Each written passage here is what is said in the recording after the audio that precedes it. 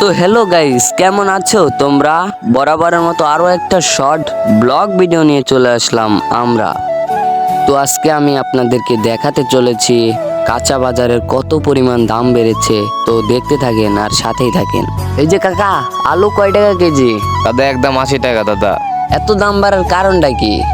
তো দিয়ে দেন, 1 কেজি দেন। কাকা এই যে পটল কত? পটল একদম 60 টাকা কেজি, 60 টাকা। কাকা এই ধুন্দুল গুলা কয় টাকা কেজি? বাবা 50 টাকা কেজি এলে দিতে পারি। এই যে দাদু ভাই মরিচ কত? বাবা 90 টাকা কেজি বেচতেছি।